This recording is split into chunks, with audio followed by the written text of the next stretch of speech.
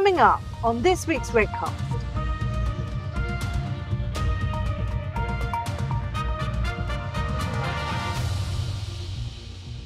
It's about 100 trillion sterling a year goes through, and that translates into 40 billion transactions, which literally is a 250,000 every minute is going through London. So that's a lot of transactions. You have to be really careful with sanctions, because every time you stop the transaction, it is stopped. That person's money isn't moving anywhere. So you need to balance sanctions versus impacting the customer and treating the customer fairly, because obviously this is where false positives are such a nightmare, because it's innocent parties getting caught up. My observation the last few months, I guess, is that as an industry, from a BAU perspective, we've probably worked out how to run it pretty well. But when you have a kind of real life world event like we did with Russia, the wheels fell off super quick. It's a big data game, right? You need to source that data. There is different, if you do not only want to follow UK regulation or EU regulation, you need to source all these sanction lists. They come in different formats. Some of them, for instance, in Japan, come in a non-structured Excel file. You need to import that stuff on a constant basis, and then you need to link it to your systems. And in our case, we need to link it to the securities. This isn't a new problem. The volumes of it are very new in terms of trying to deal with it. But I think there's an opportunity now to kind of stand back and say, right, we're all living this and we're still living it. There's got to be better ways by sharing ideas of how we can do this. Services, we ought to be able to fix this. We look at the number of trades we do, look at the number of things we clear, look at the number of payments we process. This is not a big, complex system that we're talking about. Welcome to Redcast. Redcast. Shining a light on challenges and opportunities for digital compliance. All right, everybody, welcome to Season 2, Episode 10 of Redcast. We're back here today talking about digitalizing sanctions, a huge issue that has really become at the nerve center of economic crime, and we're really pleased to be digging into this in advance of our annual seminar on economic crime coming up next week. The background of this is well known. The political process by which sanctions are agreed is very difficult, and it's a cumbersome consensus-based approach across the globe, and of course, not everybody agrees. But aside from that, the process for implementing the sanctions is not nice. And the industry is really plagued by operational timing and data and communication issues, not just between one country, but across countries, and how that gets applied then to the clients and the economic activity going on. And as a result, these sanctions are a real operational headache and not nearly as effective of a weapon as one would like to think they could be. There's a big RegTech opportunity here, and that's why we've brought this panel together, because we really want to have the policy and operational gurus together with our star technologists to talk about how we can think about this, rethink sanctions in a better way. Quick round of introductions. Thank you very much, Neil. Can you please introduce yourself? Hi, I'm Neil Wiley. I'm the Director of Sanctions at UK Finance, which is the trade body for banking in the UK. Thank you. Chris. Chris Beaver. I'm the UK MLRO and Group Compliance COO for GAM Investments. Simon. I'm Simon Hornibrook. I run CLM processes in the operational side for Commerce Bank. And Oliver. Hi, my name is Oliver. I'm connecting here from Zurich, Switzerland, working for the SIX Group, and I'm working in product management and responsible for our sanctions offering. Thank you. I guess for a lot of people that are specialists in sanctions, they've been doing this for millennia. There are a lot of people also that are new to it this year. I wanted to start really with a bit of backup and a bit of perspective on how the process works today. Neil, can you help us understand how the landscape's really changed this year and what some of those underlying glitches are that the banks have to contend with? Yeah, so I think, your basic 101 sanctions is a nice list of entities that you're supposed to target and freeze their assets if you see them. What we've seen is effectively two elements that's happened since the Russian invasion of Ukraine. Number one, that list-based sanctions, which is broadly the easier bit to deal with, has gone ballistic. The number of listings is effectively 2 years worth of listings in the space of about 6 weeks during March and early April. And then the second thing that we've seen, which is much more complex for banks to deal with in the transactional space, is the descriptive or behavioral based, where you're not getting the listings, you're getting told about behaviors that you can't allow transactions to be part of. And that's really complex for the banks. And are these well-aligned policy objectives across jurisdictions? Short answer, no. The long answer, yes, there's lots of talk about how the allies are aligning, but you have to bear in mind that the UK, the US, and the EU have different legal frameworks, so we'll never get alignment. We'll get broad policy alignment, but when you get down to the nitty-gritty of the legalities of it, the listings differ, the prohibitions differ, the prohibitions placed against the individual listings slightly differ. And then for the banks, the other main problem is the timings of the announcements of these prohibitions or listings is differing. And there's a plus point and a negative to that. The negative is those that are being listed get tipped off by being listed in another jurisdiction before your jurisdiction that you may be operating in gets around to it. So you'll spend all that compliance time looking into them. You find an account, there's nothing there because they've made off with the proceeds. But the other side is we can see where that money's gone. So we're building up intel around associates of the people that are being listed. So that information is actually quite useful, which you can share with your regulator or your criminal prosecutor. So in the UK, that would be OFC/NCA, and we can share that intel with those guys. Right. And so the bad news, though, is that from an operational perspective, it's just that much more work. Operationally, banks are doing absolutely tons of work, and the reward is we're not freezing anywhere near as much as we could because the guys are getting tipped off and making off with their money, so which is unfortunate. Now, I know you do a great job working with your membership around some of the consolidated impact of a lot of these policies. But give us a sense of the statistics. What's the workload like for teams this year? So in the transaction screening space across UK finance members, so that's about 307 banks. I can't remember how many law firms, oil and gas consultancies, etc. Transaction screening is running just under 300% of what we would normally expect. 100% is normal capacity. We're about 300. Customer screening is about 500%. Regulator interaction is about 270. Reporting requirements is just under 300. And staffing levels are still at 100. So everybody is really under the cosh. And it's not just the banks. This is all across industry, government, regulators. Everybody's really struggling to find experienced sanctioned staff, because unfortunately a lot of the work that's happening isn't at that very low level, very easy to discount. These are quite complex because Russia is a very big economy with a lot of reach into Europe and the UK. Yeah, so there are tremendous numbers of false positives and data to dig through. Give us a sense of the number of transactions. It really shocked me when we had the initial call just to talk about the values that are going just through the UK alone. So London's the second largest financial centre in the world, so it's going to be big numbers. But it's about 100 trillion sterling a year goes through, and that translates into 40 billion transactions, which literally is a 250,000 every minute is going through London. So that's a lot of transactions. You have to be really careful with sanctions because every time you stop the transaction, it is stopped.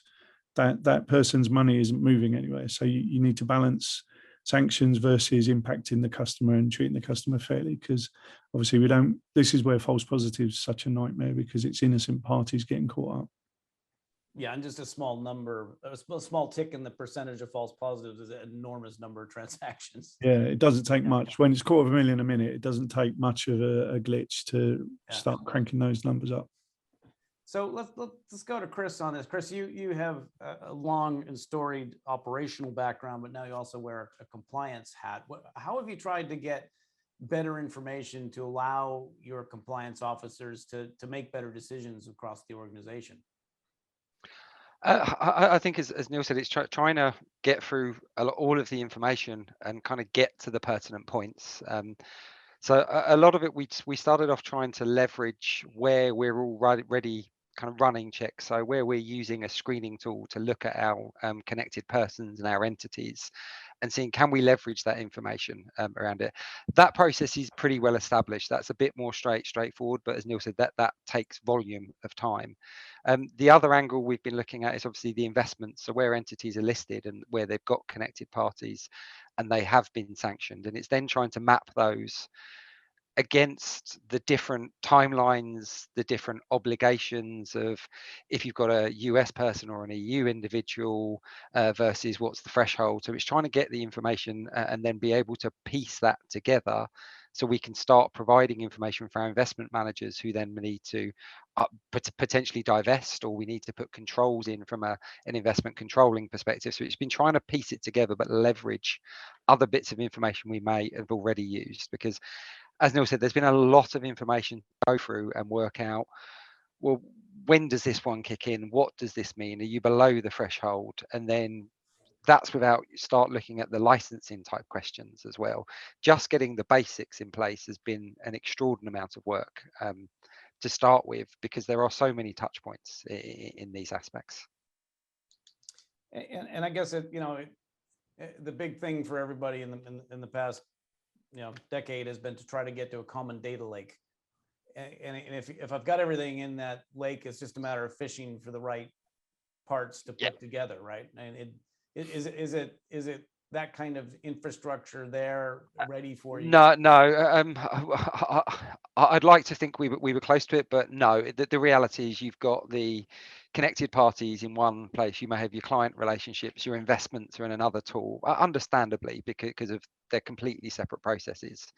The commonality of the linking, there are links. We've been able to use ISINs that we may have found as part of our KYC processes related to an entity back to the investments around it, or even adversely do it where we've got the investments and pass it down that way. It has had a lot of probably conversations where we've probably appreciated more where we need better data links around it. So I think it probably opens the avenue to do this better around it. We're not that fortunate as yet to have all of this data in kind of one external point. But I think even if we did that, you'd still need to make sure you've got the relevant data points to be able to cross-link that data, because it's not always obvious where you've got a listed entity or instrument, sorry, and actually you may have a connected party of a completely unrelated organization that links up in the ownership structure somewhere. So it's being able to figure out what all of these data points are. Thank you. It never ceases to amaze me just how long we've been talking about getting these lakes together, but yet when we go to use them, we wind up having to create little puddles and try to join them together with bits of string. Yes, generally.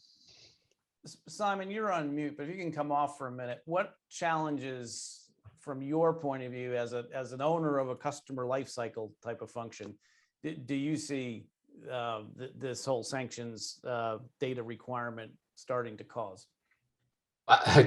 Yeah, well, I was maybe not starting to cause it's been a problem for quite a long time. I guess, listen, I think Neil and Chris have really articulated some of the challenges really well, and when you sort of look at the complexity of what's going on, both from the perspective of trying from the timing, from the complexity of the fact that different sanctions are coming up in different jurisdictions at different times, the models around risk methodologies and how you score and how you get, how you work through the false positives. I think we as an industry have probably worked out, well, my observation in the last few months, I guess, is that as an industry, from a BAU perspective, we've probably worked out how to run it pretty well. But when you have a kind of real life world event like we did with Russia, the wheels fell off super quick. And from an operations perspective, what does that tell me? It tells me that we've still got a lot of manual touch points, a lot of uncertainty and issues around linkage between data within the system, because actually to try to resolve, as Neil said, we absolutely saw a kind of tripling, if not quadrupling, of data and volumes coming through the systems when it came to things such as sanction entity hits, transactions, etc. And you have a small team that runs it on a day-to-day basis, and that's fine. The minute that starts to expand out, you really start to get yourself an issue. So from an operational perspective, that was challenging. But even on a day-to-day perspective, as trying to manage all of these elements, trying to make sure that you're kind of keeping all your systems and glued together in terms of talking to each other around, what you can and can't do across either an entity or a trade, is extremely challenging.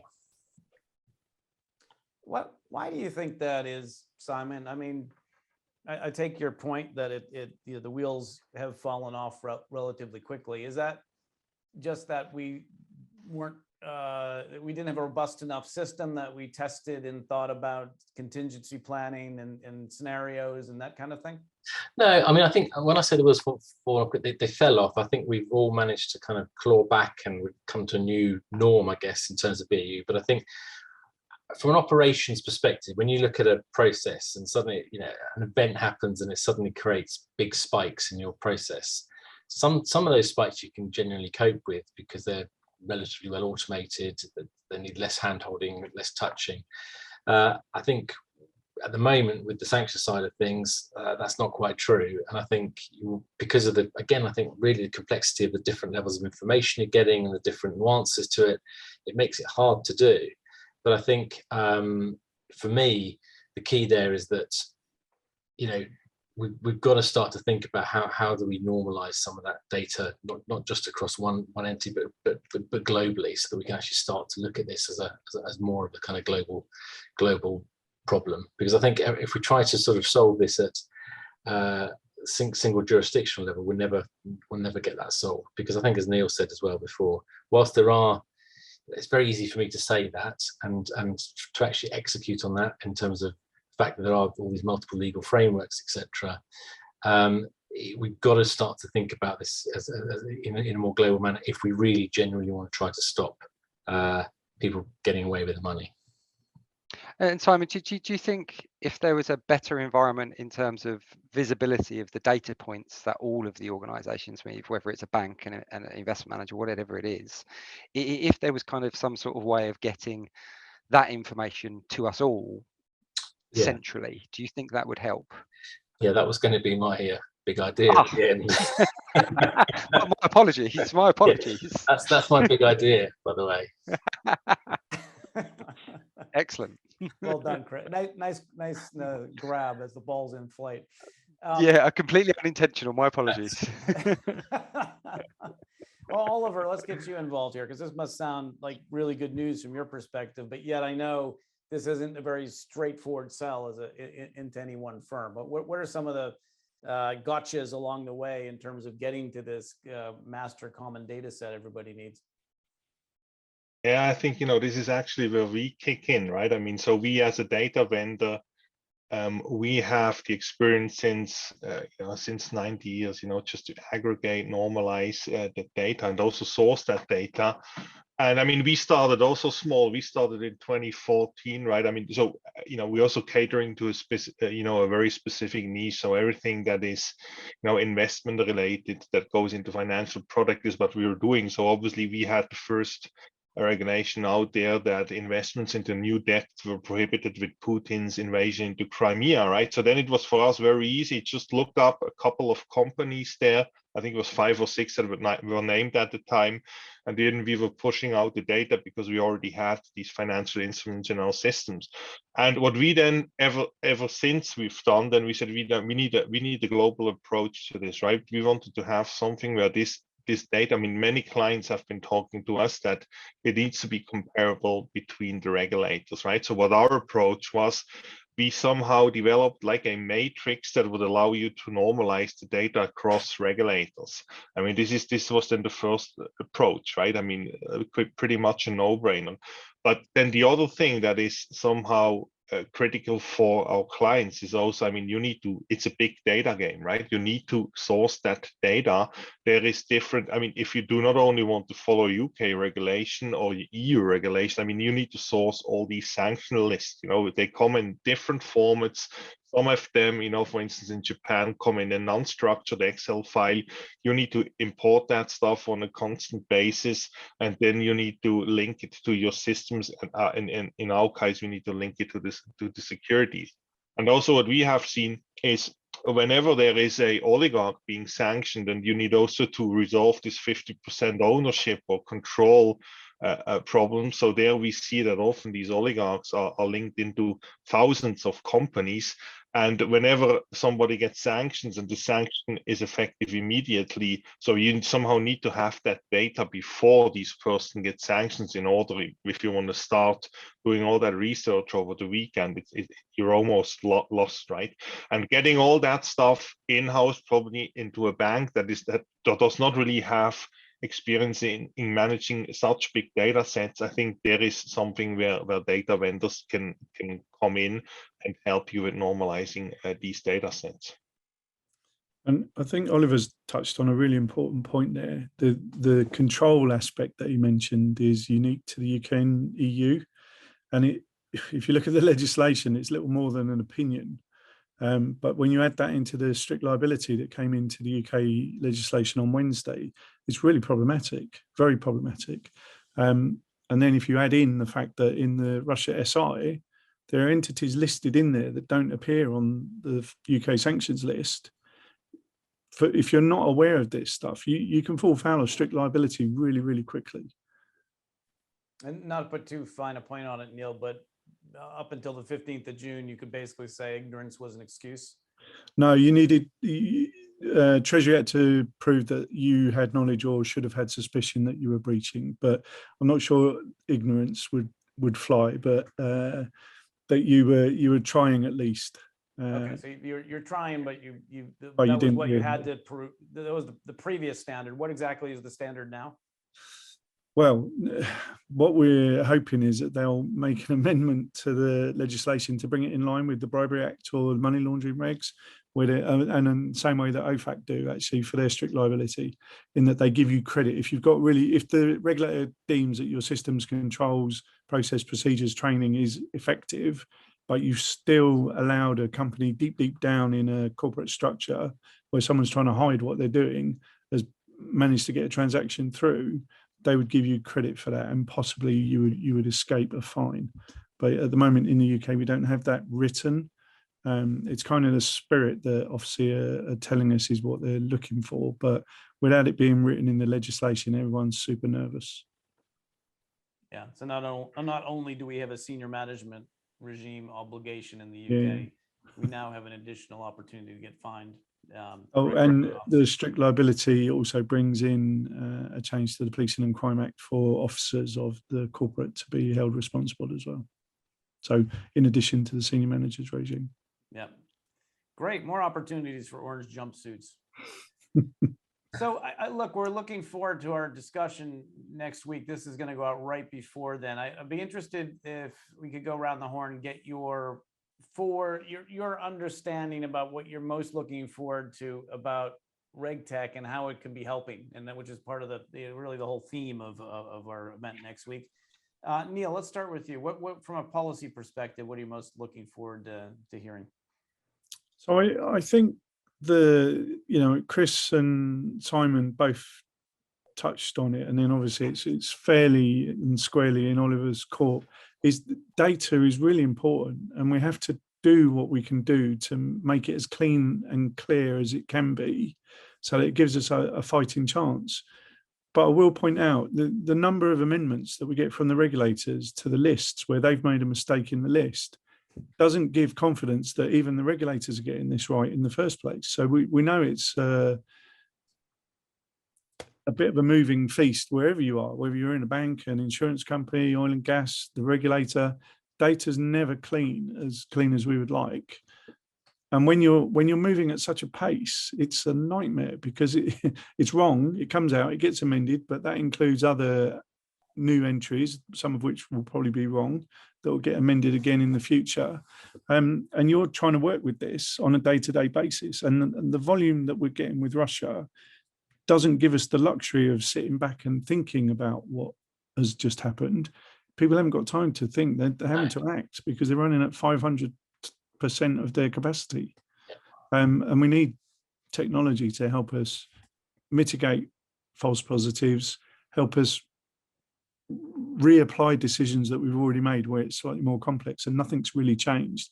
There's no need to spend another 3 hours going through that case if it's materially identical to one that you've already worked. So we can reapply those decisions. And this is where technology can help, because it's really good at doing simple tasks, or what may be simple tasks in a long complex chain of simple tasks very, very quickly, which people aren't quite so good at.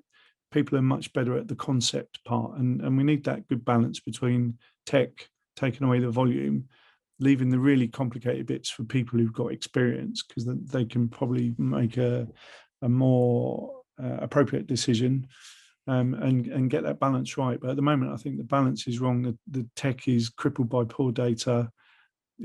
And that doesn't give people confidence in the tech, which is a bit of a shame, really, because it's nothing wrong with the tech if you put good data into it. It's that old garbage in, garbage out.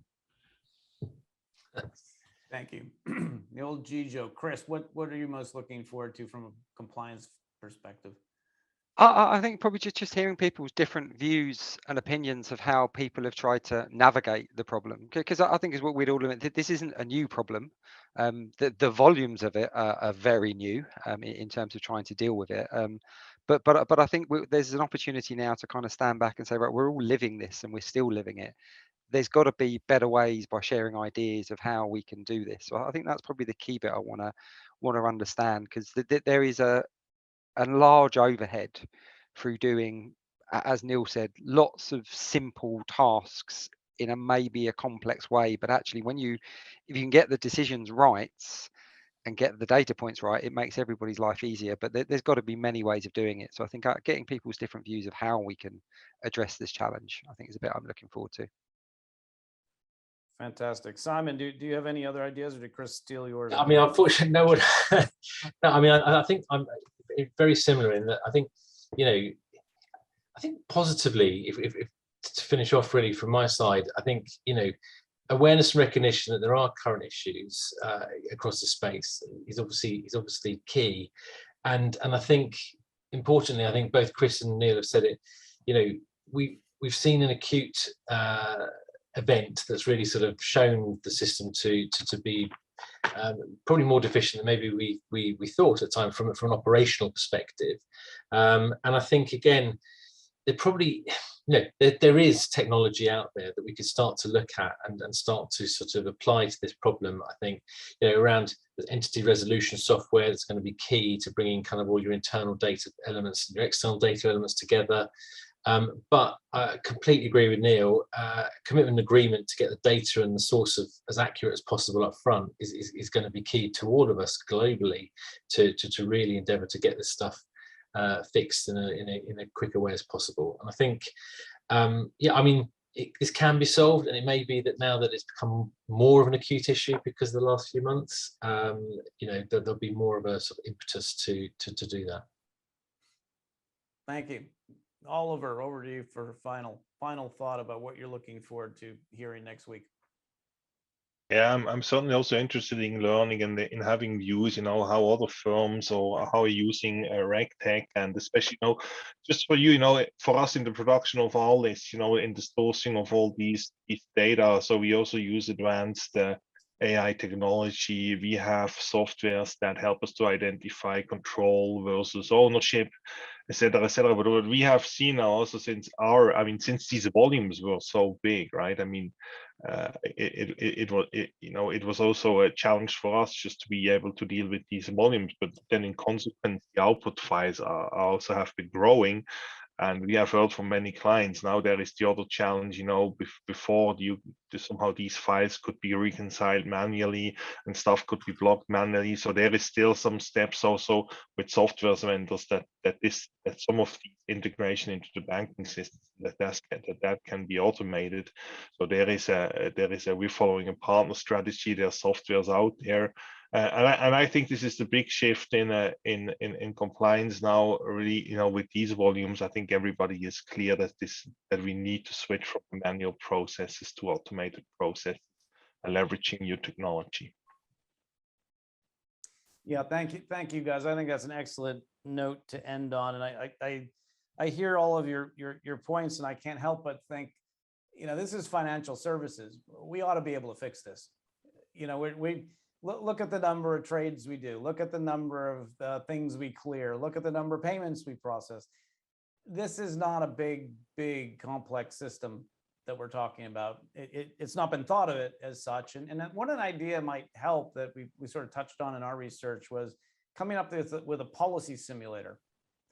Something that would allow you to drop the different regimes into one area and then look at the operational impact of how those tweaks and updates and whatnot were going to affect the overall workflow throughout the system. And I think if we did that, we'd probably understand better from with the public sector how they need to think about standardizing the data, which is obviously one of those things we always get into in financial services, the large transaction environments, and how you manage the data quality, because that's always another big bear.